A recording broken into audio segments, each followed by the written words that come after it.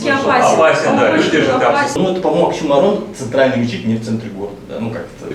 То есть статус нашего города, вот благодаря таким проектам, он и растет. Допустим, я не хожу в салон красоты, мне тоже кажется, что их очень много, зачем они нужны, да? И в данном случае тоже исполком выделил место, так что мнение вот этих вот экспертов, оно ничего абсолютно не значит, потому что они некомпетентны в данном вопросе.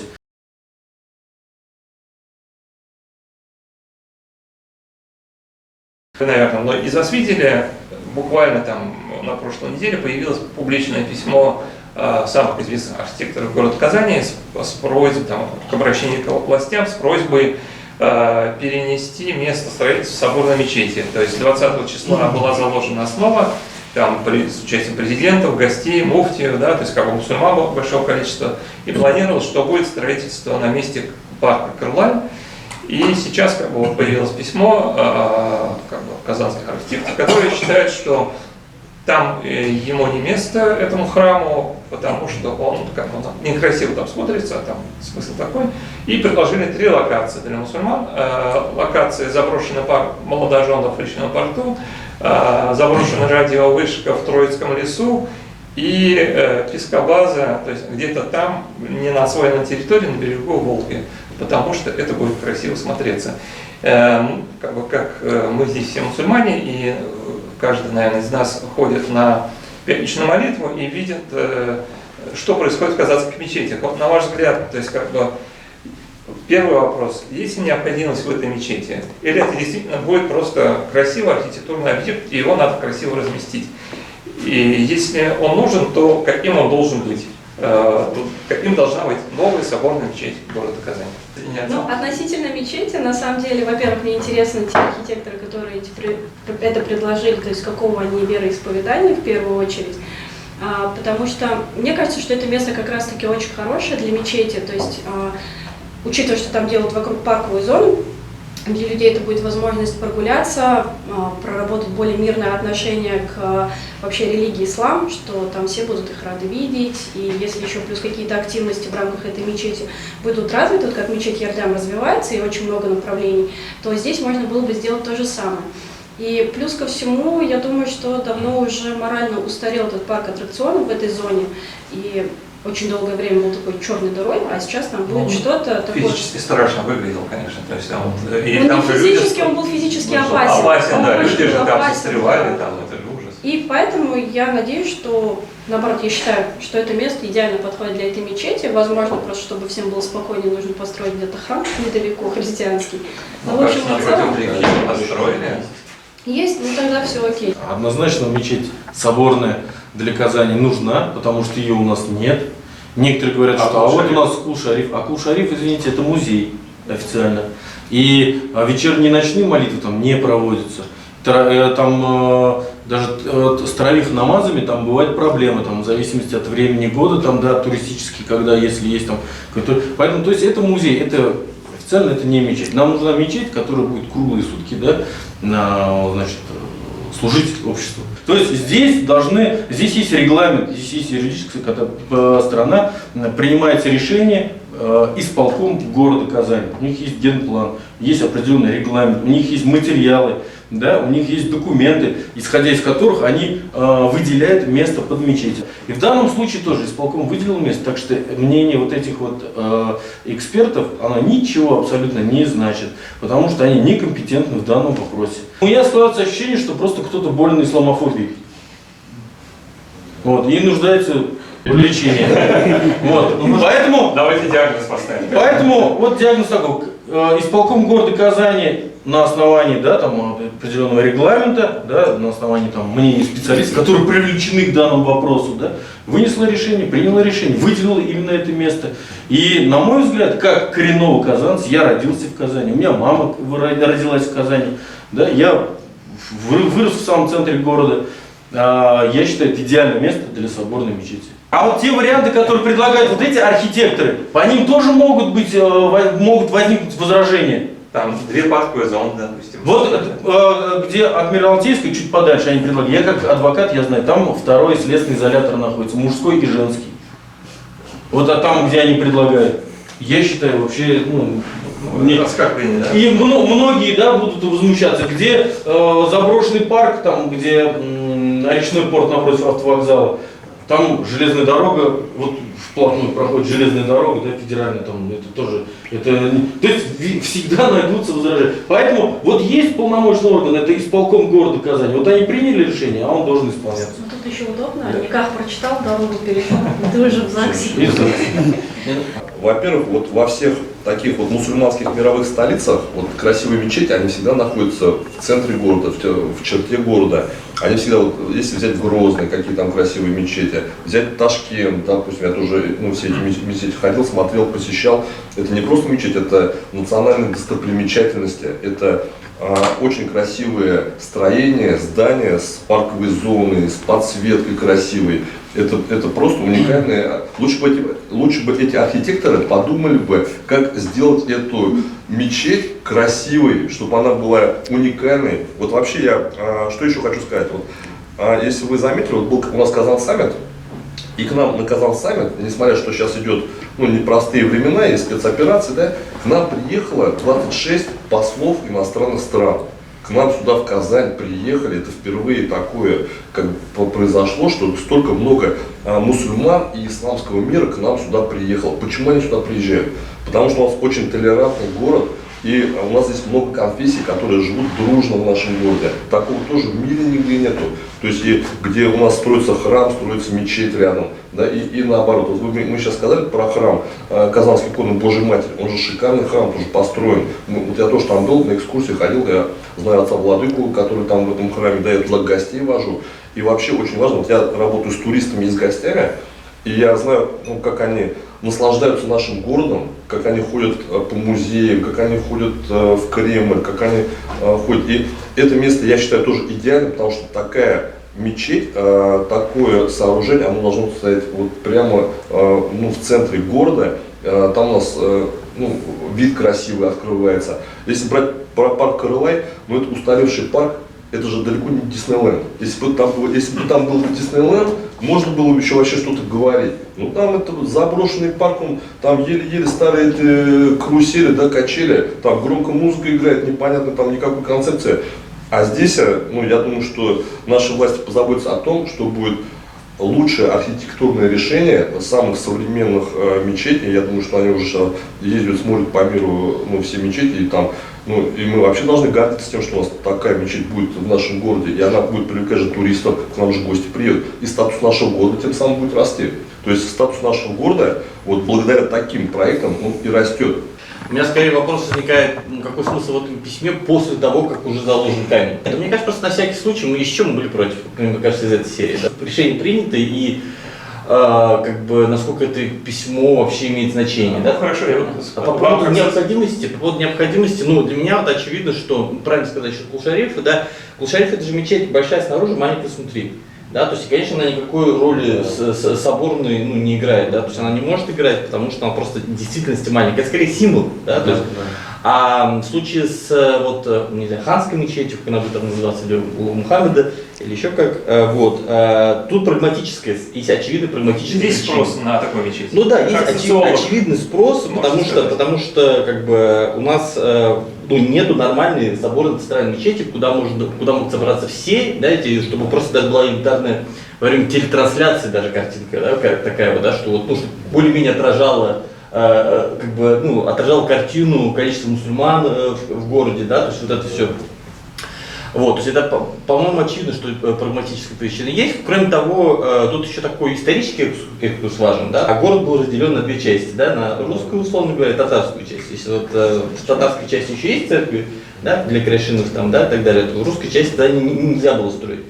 И, в общем, на самом деле, если говорить про вот именно эту старую имперскую традицию, то это неравенство выражено в камне было. Да? То есть вот тут вот центр города, он чисто такой вот не татарский, то есть вот эта часть центра. Сейчас это уже старая татарская слобода, это историческая часть города, и уже понятно, ситуация другая. И поэтому а ведь ситуация-то демографически изменилась, да, то есть татары это минимум половина населения, да, вообще, в принципе, мусульмане, учитывая еще другие этнические группы, да, это минимум половина населения города и больше половины даже Татарстана. И нужно как в этом смысле символическая роль центральной мечети, а в том, чтобы показать в том числе те процессы, которые произошли, да, демографические процессы произошедшие, мусульманские религиозные процессы. То есть это на самом деле, как бы, мне кажется, движение с двух сторон, то есть прагматическая причина и символическая причина. В принципе, по поводу того, чтобы не в центре города, ну это, по-моему, оксюморон, центральная мечеть не в центре города, да, ну как-то, Речь-порт формально центр. какой Речь-порт это центр города? Хотя, конечно, на фоне Волги это, конечно, может быть, посмотрелось красиво, но все-таки нужно понимать, что как бы, символическая роль, она здесь имеет, я думаю, что когда принимали решение по поводу строительства именно в этом месте, здесь было место еще более центровое, да, мы от него отказались, хорошо, окей, вот этого, да. Сейчас наблюдаю за комментариями, которые пишут люди, которые, по всей видимости, не ходят в мечеть. Очень часто 80% их довод против строительства мечети: зачем нужна нам еще одна мечеть, их и так много. Ну, допустим, я не хожу в салон красоты, мне тоже кажется, что их очень много, зачем они нужны, да? Но для кого-то их мало, там они в очередях там стоят, за несколько, может, дней записываются. Поэтому, скорее всего, архитекторы действительно не в теме, и, возможно, светские люди, и кажется, что такой огромный объект, зачем он нужен, тем более в центре города.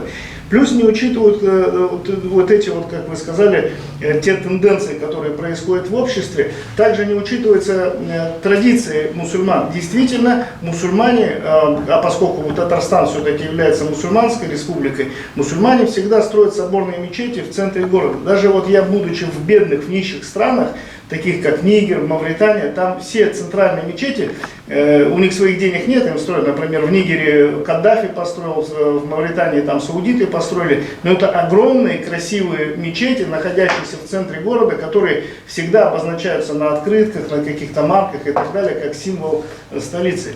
Поэтому здесь очень много факторов, которые в пользу строительства мечети, чем против. Поэтому, мне кажется, возможно, еще учитывать человеческий фактор, возможно, этих архитекторов не пригласили, да, и у них какая-то обида затаилась, то, что... Не привлекли к делу. Да, мне кажется, просто может быть нужно предоставить. Мы знаем, как выглядит другой берег, собственно говоря. Мы видим, какие там стоят жилые здания. И вопрос, то есть они пишут относительно всех зданий, так вроде, допустим, там, даже не на берегу, окей, Клевер Хаус, вот этот стоит треугольный, жуткий, да? То есть насчет вот этих зданий пишутся такие письма или нет? Вот этого я просто лично не знаю, действительно. И мне любопытно, потому что в Казани действительно мы не наблюдаем, в принципе, какой-то целостности архитектурной. И весь город выстраивается, кому как повезло отхватить участок, там отстроили вот этот жилой дом, все договорились, все счастливы, и, собственно говоря, город в единую историю никак не входит. То есть мне любопытно, как вообще они относятся вот к этим всем постройкам, которые друг другу. Мне кажется, они как плохо ко многим относятся, но просто мне кажется, что еще тут я все-таки попробую все-таки уровень толерантности. То есть, у меня есть предположение, что поскольку еще неизвестно, как будет эта мечеть выглядеть, да, кто знает, как ее построят, да, то есть, и они, мне кажется, возможно, перестраховываются на тот случай, чтобы снова, чтобы показать бумажку, знаете, вот мы были против, и все, у нас как бы там, чтобы там таких вопросов не было. То есть, хочется все равно верить. Мы собирали доказательства, да, вот, что касается Казани. В Казани несколько храмов стоят вообще вплотную к домам, к жилым домам. Вот, например, улица Сабан, напротив там Московские Роды. Вот буквально там очень-очень близко. Да, потом, значит, на Сахарова, улице Сахарова, новый храм возведен. Он тоже прям вплотную к жилым домам находится, да. Вот. Тот же храм, о котором мы уже упоминали, да, Казанском. Никто из мусульман не возражает, но это как... Мне наши оппоненты спрашивали, а вот церковь построят и будут колокола возле твоего дома, там, да, будут колокола звенеть. Ты что, не будешь возмущаться? Я говорю, я не буду возмущаться, говорю, честно.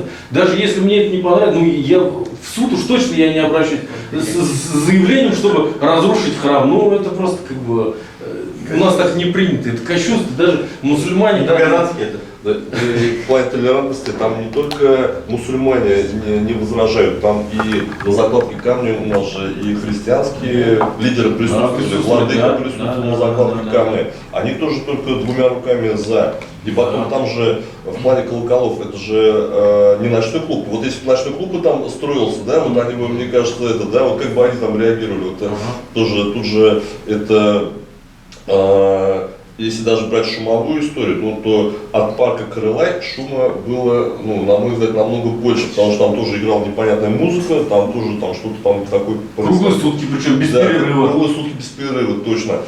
Да, а в плане архитекторов, я думаю, что им просто нужно, если они не бывали, им, наверное, нужно прокатиться по всем мировым столицам мусульманским. Да, вот в Дубай съездить, ну я не знаю, я думаю, что они бывали же, там в Ташкент съездить, там очень красивая мечеть в Ташкенте соборная, да, вот в Грозный съездить. Поэтому мы же все хотим, чтобы в нашем городе было так же красиво, вот, ну, и тем более, если у нас этого нету, если у нас нет соборной мечети, то это же здорово, когда в нашем городе она появится. А может, проблему посмотреть по-другому? Вы помните же ситуацию в Екатеринбурге, да? То есть, когда храм попытались построить на месте озера. И, то есть, там город восстал против этого, да? Здесь, конечно, такого нету, но нет у вас ощущения, что это просто, условно, есть там светская часть города, которым, она не слышит вот ту часть города, которая живет своей жизнью, да, то есть мусульмане. Может, тогда проблема и в том, что мусульмане молчат, то есть люди же не могут додуматься, а зачем вам храм, когда у вас 60 мечетей в городе есть. Это же людям надо объяснить, наверное, что у нас есть обязанность ходить там, в мечеть, там, мы не влезаем в эти мечети, мы должны раз в год собираться в одной мечети. Вот, то есть, может, это в том числе и проблема мусульманской общины города Казани, что она молчит. Мы пытаемся по максимуму интегрироваться в этом плане относительно мероприятий. То есть, когда мы это организовываем, мы как раз-таки специально приглашаем в том числе светскую аудиторию, чтобы показать, что мы, мусульмане, дружим со светской частью, и мы готовы ее поддерживать, готовы с ней общаться. И это не только в плане фэшн-ифтара, это вообще относительно всех общественных проектов, которые мы делаем. Поэтому здесь говорить, что мусульмане чего-то не делают. Даже взять тех же блогеров, вот с точки зрения блогов, все рассказывают о том, что такое ислам. Многие прям целое направление выбрали, говорить о том, что такое ислам, как в исламе, как взаимодействовать. Вот тот же блог Айдан Мамедовой в Ютубе, то есть он очень много просвещения несет для мусульман. Нет, для немусульман. То есть они узнают, как это, что это, все наши традиции, почему мы, допустим, там не кушаем в течение дня и не пьем, почему там мы уходим в какое-то время намаз читать и так далее. То есть зачем 5 раз говорить тот же азан? Для многих же непонятно, они думают, что это можно просто хоп, отключить, и оно не будет мешать им жить. А еще легче вообще от мечети отказаться, и вообще и азанов не будет, и ничто не будет напрягать. Инфраструктура, потому что не у каждого мусульманина есть транспорт, метро рядом, любой транспорт, любой автобус. Вот я ждал этого аргумента, потому что все 3 локации, которые он предлагает, там они транспорт недоступны, то есть эта мечеть будет пустовать, если она там появится. А пенсионеры должны добираться. И в плане как спортсменка, я знаю, что здесь находится очень много спортивных комплексов, и здесь постоянные соревнования, то есть, может, вы этого не замечаете, но у нас на выезде в год, наверное, 15 точно бывает. Нам приезжает Дагестан, Чечня, конечно, не приезжает у нас на фехтование, я думаю, Батыр точно приезжает. И Башкирия, то есть нужно как-то и туристам, и спортсменам где-то поближе прочитать на нас. А по поводу того, что работы с населением, это вы четко заметили. Вот, например, мне известно, что в Европе перед тем, как построить мечеть или там выкупить какое-нибудь помещение, да, оборудовав его под исламский центр, они работают с населением, ходят, там зовут в гости, какие-то акции устраивают, там шоу, что-то показать, что мы мусульмане, мы скоро здесь будем, нас бояться не нужно, мы нормальные люди, вам будет с нами комфортно. И только потом они уже осуществляют саму там постройку или переделку. Это очень важно, это, я соглашусь, как член мусульманского сообщества, это большой недостаток с нашей стороны. В данном случае, конструктивнее было бы обсуждать как будет выглядеть эта мечеть, чтобы она максимально вписалась в существующий архитектурный ландшафт, традиции и так далее. То есть, тем более, повторюсь, после того, как уже заложили камень, да, после драки камень, ты понимаешь, что нужно, наверное, думать о том, как мы должны это сделать максимально органичным. И в обществе, значит, есть непонимание, потому что, это же как в обществе не может быть всегда консенсуса. То есть если в обществе есть консенсус, то это очень странное общество на самом деле. То есть это всегда будут какие-то, всегда будут конфликты, будет многоголосие, это хорошо. Если сравнивать с Европой, все-таки нельзя, Казань исторически, это место, где 1100 лет назад был принят ислам добровольно, осознанно, И как бы и ислам здесь был до прихода и христианства, и других религий, да. И Казань всегда была и есть для всего мусульманского мира, это столица, северная столица исламского мира, да. И у нас, смотрите, сколько, у нас и Казань сами, да, и у нас президент республики, да, возглавляет это, да, все, Организация России, исламский мир. И то есть, ну, это место знаковое, Казань, да. И здесь нужно подходить, конечно, с учетом вот этих всех особенностей. Руслан Эфенди такой плавный переход к другой теме нам дал. Казань – исламская столица, вы озвучивали, да? Действительно ли Казань является исламской столицей? Если да, то почему? Если нет, то чего не хватает?